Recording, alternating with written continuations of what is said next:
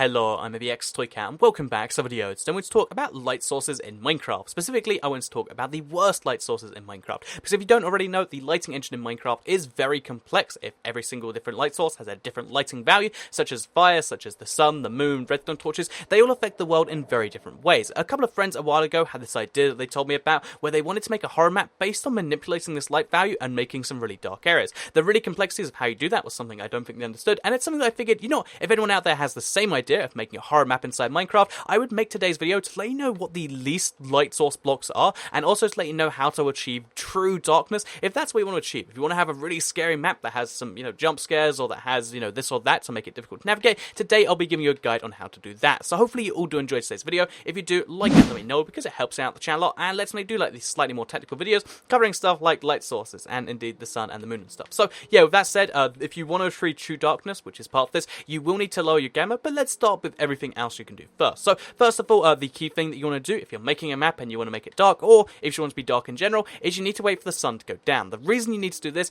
is because while the sun is up, it emits a light level of 15, the very max you can get, everywhere in the world, I should say, which means that, if you run around anywhere, it's going to be the max. It's going to be the same as if the world was covered in glowstone, that's the level of brightness it'll be, but all the time and everywhere. So you're not going to be able to get anything done with that. It's not going to be dark, regardless of the gamma settings or anything else. And also, even when it's nighttime, it still emits a light level of 4 everywhere in the world, which is, low enough that mobs will still spawn, but it's not low enough that it achieves true darkness, no matter what your gamma is. It gets pretty dark if you lower your gamma to 0, but if you want true darkness, you're going to need to go underground. Just to show you while we're on, 80 gamma, which is what we're on right now, here's below ground compared to above ground. It doesn't seem too significant now, but now, if we go to the settings, which can be a key part of your map, say, okay, play this on 0, you can see just how crazy this gets, and just how easily you can create, or, just how, interestingly, you can create a horror map which uses this to your advantage. Because if you go all the way down to 0 gamma, this is the lowest light level the game actually offers, even when you're outside, it's still really, really dark outside of the major light sources. Like, if I wanted to run there, there's not very much I would see, and I think this is kind of, indicative of what real life looks like, maybe just a little bit after you've adjusted to the darkness. You can't see very much. It's not great for a video game, because you want to be able to see, but still, this is how you can create, like, that real life kind of feeling, have, like, a spooky forest, because you can only just about see it. I think it has some really interesting effects,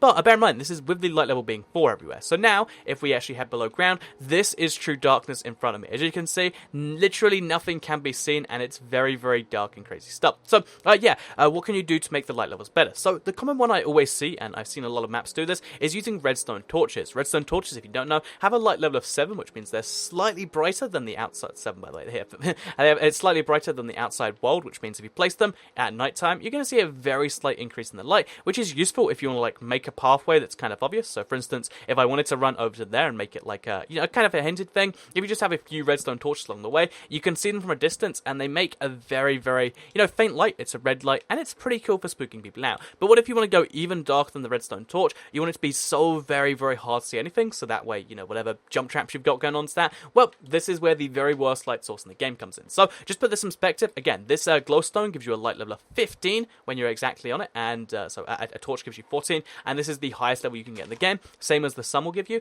A redstone torch is just a bit lower at 7 as its light level, so pretty low, low enough that mobs will, still spawn even directly on it, but we can go a lot lower than that, so lower than even 4, which is the moon's light level, because if we go below ground and we lose all of that light, as we've done just in this part of the cave, then you'll see this is light, this is literally 0 light. There's nothing getting in here, and you can see literally nothing besides the entrance if I turn this way around, and even then, it's barely visible. So this is where using light level 1 stuff comes in, and there is 4 items in the game which are light level 1. So yeah, light level 1 is the very minimum amount of light that still counts as anything, and even then, it barely does. And there's 2 items which are more practical to actually use this, because it works with end portal frames, it works with end dragon eggs, but realistically, you can't really get those. So if you have mushrooms, or you have brewing stands, you can use those to your advantage to make light sources that you can just about see. So as you can see right here, this is literally the amount I can see a mushroom. It's so very minor, but you can actually kind of see it pop up right there. Okay, so if we see it like towards the light, you can just about see the mushrooms. They do in fact leave some form of light, and the same goes for the brewing stand. Again, it's the lowest level of light you can see in the game, but it means when you walk past it, you actually can see something.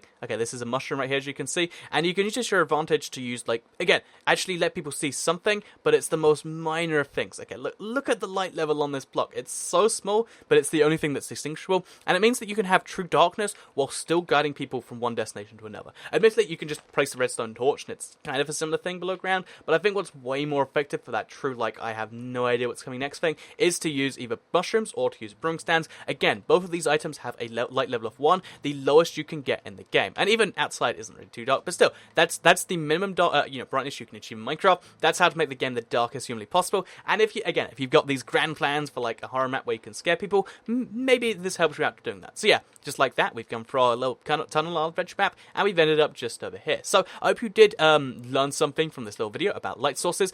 Just to clarify, by the way, this light level 1 is still low enough that even in a reasonably well lit cave, you're still going to be able to see have bats spawn there. So one really cool thing that could happen is as you find this mushroom, a bat spawns on it, and you it could be a really cool thing like that where you get scared by a bat. Again, you can make people scare themselves even if you would really want to do this sort of stuff. And another couple of things that you want to know is that light level 1 is low enough that mobs will spawn. Same goes for redstone torches, so even if you do light it reasonably well, like I'm going to do right here, then that's something like there. However, anything above a glowstone torch, including redstone ore, including furnaces, fire, glowstone, all of that will stop mobs from spawning. So yeah, hopefully you learned something from this video. At the very least, hopefully you just, now you want to see the world get brighter, which I can do for you right now. So yeah, I hope you all learned something from the video. If you liked it, like the video and let me know. Share the video if you liked it, and subscribe if you're new around here. It burns to see the daytime after all that darkness, doesn't it? It's like, It's like when I step outside, like, any day of the year. But yeah, with that said, share the video if you really liked it, and subscribe if you're new around here. I make videos just like this one every single day on my channel, and if subscribed, you'll see them daily on your homepage. Thank you all very much for watching, and I'll see you all in the next one. Goodbye.